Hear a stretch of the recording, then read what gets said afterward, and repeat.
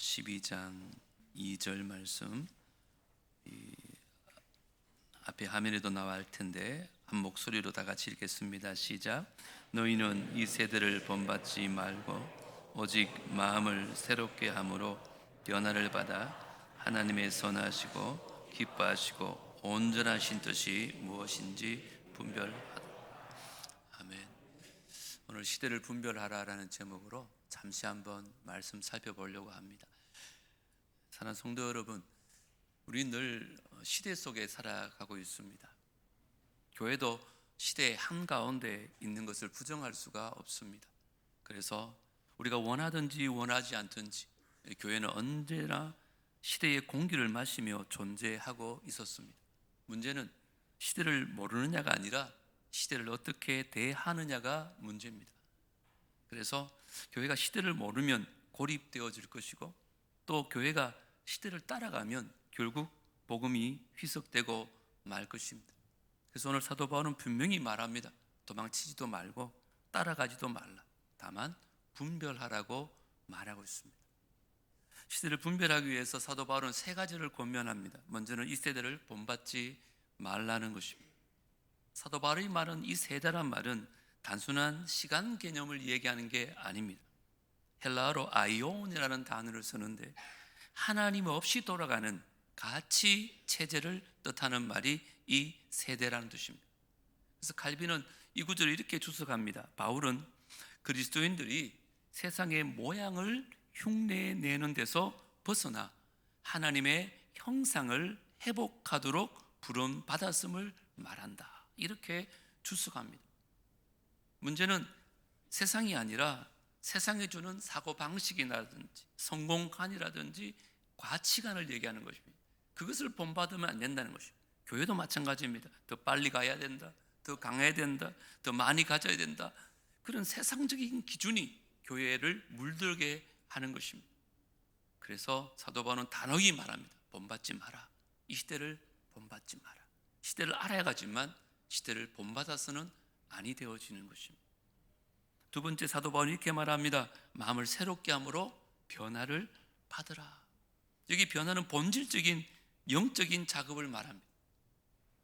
시대를 분별하는 능력은 정보가 많아서 생기지 않습니다. 경험이 많다고 해서 생겨나지도 않습니다.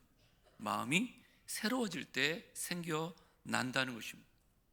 여기 변화라는 헬라어는 메타모르포라는 단어인데 속에서부터 완전히 달라지는 변화를 의미하는 단어입니다.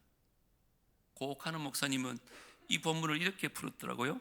영적 분별력은 머리가 아니라 무릎에서 자란다.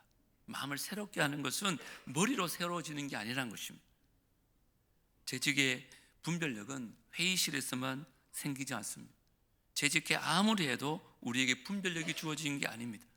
재직들이 먼저 기도의 자리, 말씀의 자리에 엎드려서 그 자리를 지킬 때 하나님께서 우리에게 분별력을 줄 믿습니다. 우리가 마음을 날마다 새롭게 하여 변화를 받게 되기를 주님으로 축복합니다. 마지막 세 번째, 사도 바울은 하나님의 뜻이 무엇인지 분별하도록 하라고 말합니다. 바울은 마지막으로 분별의 기준을 지금 분명히 말하고 있습니다. 사람들의 반응이 기준이 아닙니다. 세상의 평가가 기준이 아닙니다. 교회의 규모도 기준이 될 수 없습니다. 오로지 하나님의 뜻만이 기준이라고 말하고 있습니다. 오늘 목사님 설교에 들어보니까 이런 말씀이 있더라고요. 교회는 시대의 질문에 대답해야 하지만 대답의 내용은 언제나 성경이어야 한다. 저는 이 말에 참 공감이 되어집니다. 오늘 귀한 분 모시고 2026년 우리 한국교회 10가지 트렌드에 대한 말씀을 배우려고 합니다. 지난 당에서도 제가 이 문제를 가지고 정책을 세웠고 그 가운데 몇 가지를 우리가 발췌해서 우리 교회가 앞으로 이런 사역에 힘써자고 그렇게 함께 언언한 바도 있습니다. 교회는 시대를 분별해야 됩니다. 하지만 시대를 따라가서도 안 되고 시대를 숭배해서도 안 되는 것입니다. 사랑하는 성도 여러분, 시대를 분별해야 시대를 주도할 수 있습니다. 여러분, 한국교회, 세계교회의 역사를 한번 보십시오. 언제나 소수였지만 시대를 바꾸는 것이 교회였습니다. 초대교회, 로마를 따라가지 않았지만 로마를 변화시켰고, 종교개혁자들 시대를 맞서 싸웠지만 역사를 움직였습니다. 조정민 목사님이 이런 말씀하셨는데 참 적절하다는 생각이 들었습니다. 교회가 세상보다 뒤처질 때 문제가 아니라 세상과 또 같아질 때 문제가 된다. 세상을 따라가는 것이 문제가 되는 것입니다. 사도 바울은 시대를 분별하라고 말하고 있습니다. 이게 우리에게 주신 사명입니다. 오늘 재직 세면을 앞두고 하나님께서 저와 여러분에게 질문하고 계십니다. 우리 교회는 시대를 따라가는 재직인가? 아니면 시대를 분별하는 재직인가? 직분은 권리가 아니라 분별입니다.